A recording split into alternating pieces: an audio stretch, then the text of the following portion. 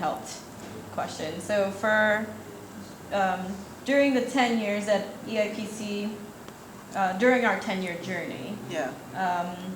this congregation had moments where we did not have a pastor.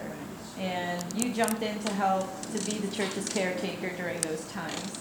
Can you explain what were some of the challenges you felt that EIPC faced during those times that I guess we didn't have a pastor and you came in? What were some challenges and how did we overcome it? And that happened, I think, at least 3 times between the time when Reverend Nico died, when Alex and Susie had their automobile accident.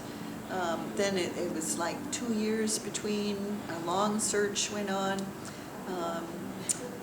Then another pastor didn't work out, and then we tried people in the area. They didn't work out, different theological differences. So there were really long periods. I'm sure that it has just been so nice for this congregation to have Victor and Lisa here for 4 years now. It looks like it's going to stick in a good way. And so I worked with the people on the pastor search committee, mainly just being on the telephone, if they needed to ask questions, answer questions on the phone.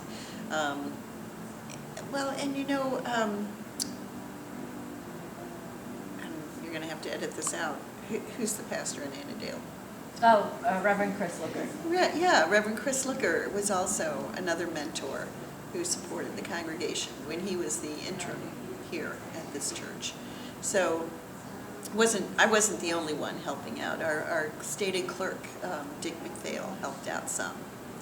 But mainly just being there on the phone and giving encouragement when needed. And rough times. Yes, answering questions, meeting with people, and yeah. I think that's pretty much it. Yeah. No, you were a huge help. And I think you gave guidance to the church. Yes, yeah. Yes. Right. I guess, that was one of the gifts I could bring, was I have a lot of experience in the church. So, and in my own practice of ministry, I really value the Book of Order. So I knew enough about it that I could offer some solutions when needed. How do you feel how do you feel now that you're back in the Emmanuel congregation today, leading the service for our senior members worship today? How did that feel for you? Oh, it was like a homecoming, a reunion, and I'm always so happy to be part of your church family.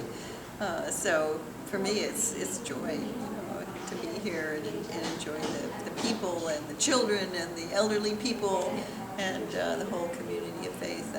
I enjoy the worship service. I must say it's easy enough to sing the hymns in Indonesian because it's a language that makes sense. I don't know what it means, but it doesn't matter because God is here. So it's a wonderful way to worship. Yeah. So what would be your advice, I guess, for our next 10 years? Future. For the future of EIPC? What would you say to the congregation now that we're facing our next journey, our next decade? My perception, in the last 4 years of this history, is that you're doing it right, and you need to just keep doing that. Be good to your pastors, and I know that they are good to you. Good for one another, that's for sure.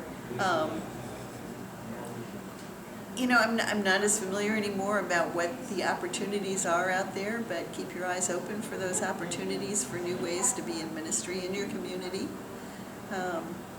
It's easy with the congregations that I'm working with now in a program out of the Louisville Office of Church Growth. It's called New Beginnings.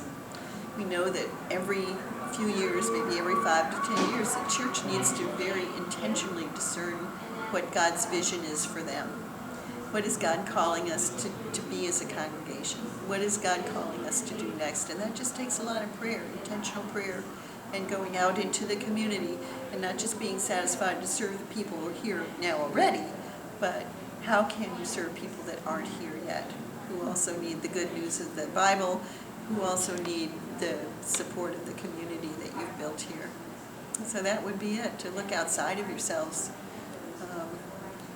And you'll find the answers to that. Nobody can give you that answer. You can answer it for yourselves. Yeah. Thank you so much. I think that's Welcome. it. It's good? We have a lot to work with. Thank you so much.